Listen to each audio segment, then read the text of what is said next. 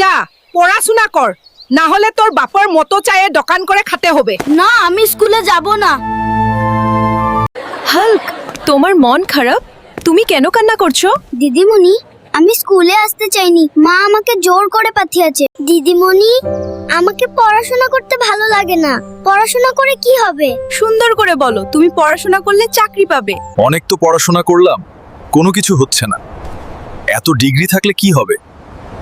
শেষে মনে হয় দুধ বিক্রি করতে হবে। আজকে তো দুধ কম হয়ে গেল, আমি তো চিন্তায় পড়ে গেলাম।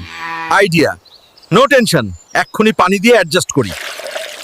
ছুর ধরেও দুধ লাগবে নাকি? দুধ একদম খাঁটি গরুর দুধ। কোনো ভেজাল নাই। এই হাল্ক, দাঁড়া, আমাকে 3 কিলো দুধ দে।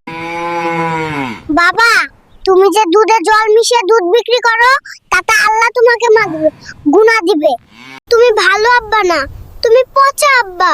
হায়রে, একটু টাকার লোভে পড়ে আমি আমার সন্তানের কাছে সম্মান পেলাম না।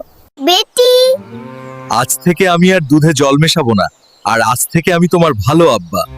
বন্ধুরা সাবস্ক্রাইব।